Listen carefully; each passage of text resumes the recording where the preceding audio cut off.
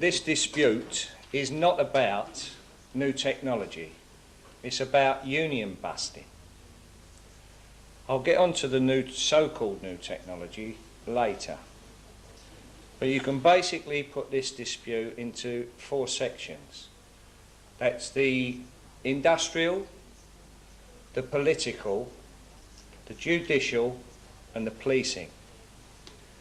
Now, the industrial situation started off, the actual run-up to the dispute, started off round about July of last year, when there were nasty rumours coming out of Wapping, which by that time had become a closed area to print unions. When I say that, the security was there. We weren't allowed to go in there. Even our General Secretary wasn't allowed to go in and just see what had been was going on for at least the previous 6 months.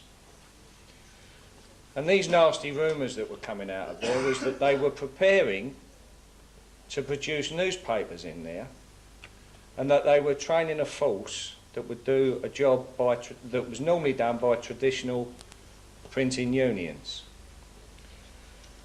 The rumours became so strong that our General Secretary, Brenda Dean, asked for a meeting with the news group newspapers. And the 2 guys who are the head of that, or one guy who is the head of it in the UK, is Bruce Matthews.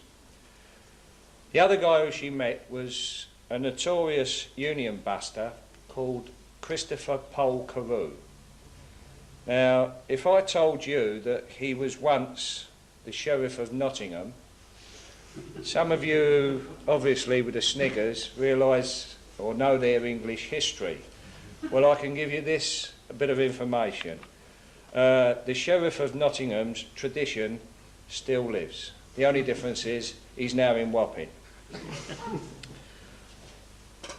Following that meeting, and at that meeting there was so much duck shoving it was unbelievable, with the bold Christopher saying, "No, Bruce, it's your problem, Wapping. You answer the question. No, no, Chris, it's your... No, no, no, no, it's not me. No, it's you."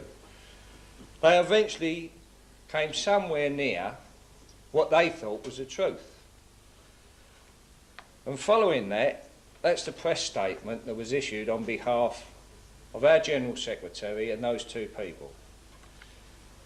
And the part that I've marked out is the most cogent part. And what it says is this: "This morning we met with Bruce Matthews and Mr. Pole Carew and raised with them the concern of our membership." This is the bit you've got to listen to. "I am pleased to say that they both totally denied that any personnel were being recruited or were currently working in the premises being trained in jobs traditionally done by SOGAT members." She came, to those who do know a little bit more about British history, like Chamberlain, peace in our time. The date of that was the 30th of August 1985. Just 1 week later, into my possession came dummies of what was said to be going to be the new evening paper produced in London. And that's what they'd basically told in that press statement and at that meeting, that the presses were being commissioned by electricians so they would be ready to produce this so-called new paper. I was luckily enough to have a mole in Wapping, and he gave me 6 copies of the London Post, which funnily enough is exactly the self-same size as the London Times. And the date on that is September the 6th, 7 days, or 6 days, no, 7 days after August the 30th. So it proved, as far as we were concerned, that they were telling lies.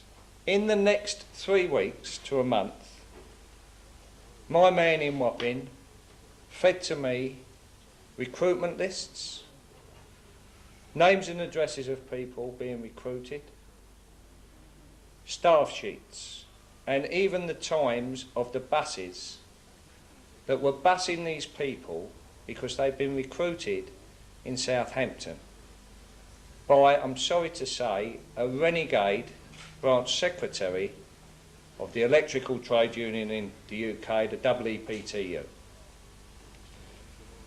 That information was fed through my branch to our Executive Council.